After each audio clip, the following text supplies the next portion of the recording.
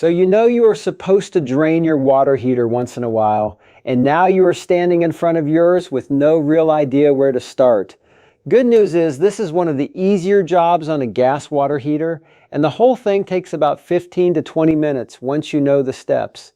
By the end of this video, you will know how to drain and flush your tank the right way, the one step that leaves most people stuck when they skip it, and how to tell whether you should even be draining your tank at all.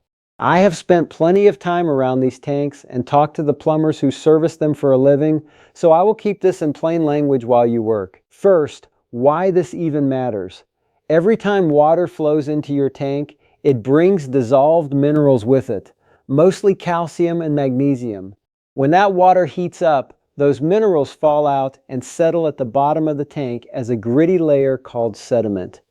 On a gas heater, the burner sits right underneath, so that sediment bakes onto the bottom and makes the burner work harder. It eats at the tank, it causes that popping and rumbling sound you might hear, and given enough years, it kills the tank for good. Draining it out once a year slows all of that down. Now before you touch anything, answer one honest question. How old is your tank, and have you ever flushed it before? If it is a newer unit, or you have kept up with this every year, you are fine, keep going. But if your tank is 6 years or older and has never once been drained, listen carefully. By now that sediment has hardened into a thick, compacted mass, and here is the part nobody warned you about. That crust can actually be plugging tiny pinholes in the tank you do not even know are there. Flush it all out, and a few days later, you can end up with a leak that was not there before. So on a badly neglected old tank, draining it can do more harm than good. If that is you, it is often smarter to leave it alone and start planning a replacement. For everybody else, here is how it is done. You barely need any tools. A regular garden hose and maybe a flathead screwdriver depending on your drain valve. Step 1. Shut off the gas. Find the gas control knob on the front of the heater and turn it to off so the burner cannot fire while the tank sits empty. Handy tip on that knob.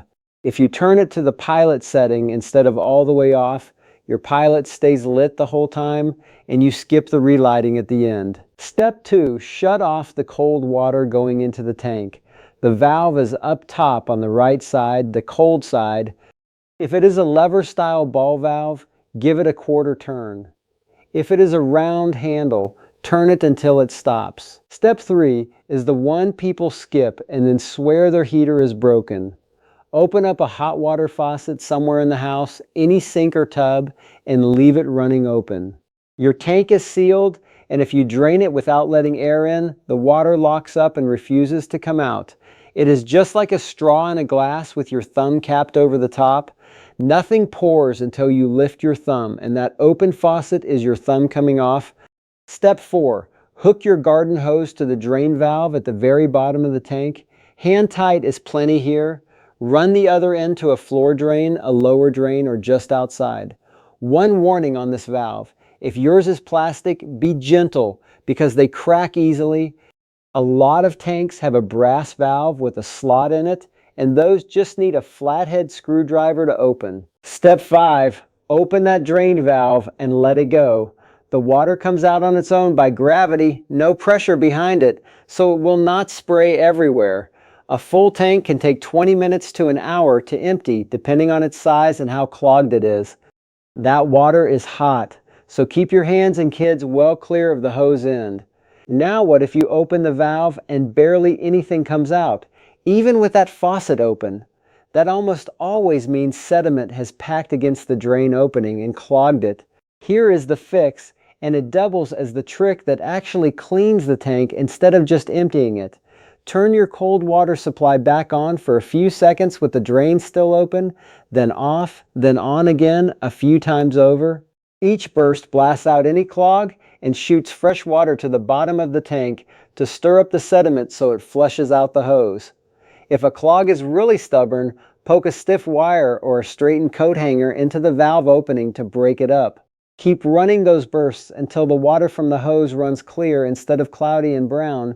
That tells you the gunk is out. Once it runs clear, close the drain valve back up nice and tight so it does not drip later, and pull the hose off. Now bring the water back. Turn the cold water supply back on and leave that hot faucet open while it fills. When water runs steady out of that faucet with no sputtering air, the tank is full, so go shut the faucet off. Do not fire the burner before the tank fills, because running it dry can crack the tank or wreck the burner.